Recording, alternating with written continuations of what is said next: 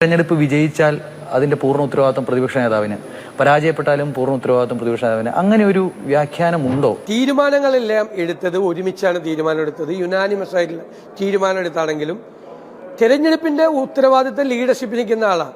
ജയിക്കുമ്പോൾ അത് കളക്റ്റീവ് റെസ്പോൺസിബിലിറ്റിയാണ്. കാരണം ഇപ്പോൾ ലീഗൊക്കെ നിങ്ങൾ കാണുന്നുണ്ടല്ലോ, ലീഗൊക്കെ ചെയ്യുന്നൊരു വർക്ക് എന്തൊരു ആത്മാർത്ഥമായിട്ടാണ് അവർ വർക്ക് ചെയ്യുന്നത്. എല്ലാ ഘടകകക്ഷികളും ആത്മാർത്ഥമായിട്ട് വർക്ക് ചെയ്യുന്നുണ്ട്. കോൺഗ്രസിൻ്റെ അകത്ത് ഒരു പടലപ്പണക്കോ ഒരു പ്രശ്നമോ ഒന്നുമില്ലാതെ എല്ലാവരും കൂടി ഒരുമിച്ച് വർക്ക് ചെയ്യണം, ഒരു ടീമാണ്. അപ്പോൾ നല്ല ഭൂരിപക്ഷത്തിന് ജയിക്കുമ്പോൾ ആ ടീം വർക്കിൻ്റെ വിജയം,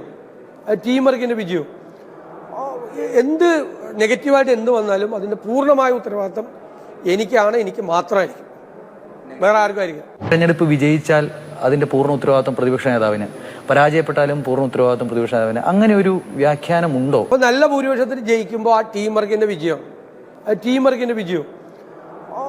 എന്ത് നെഗറ്റീവായിട്ട് എന്ത് വന്നാലും അതിന്റെ പൂർണ്ണമായ ഉത്തരവാദിത്തം എനിക്ക് മാത്രമായിരിക്കും, വേറെ ആർക്കും ആയിരിക്കും.